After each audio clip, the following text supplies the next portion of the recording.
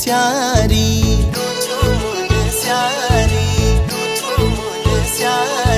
सौक्याणी दर मारू छी मैं रूछू मुन स्यारी मदकोट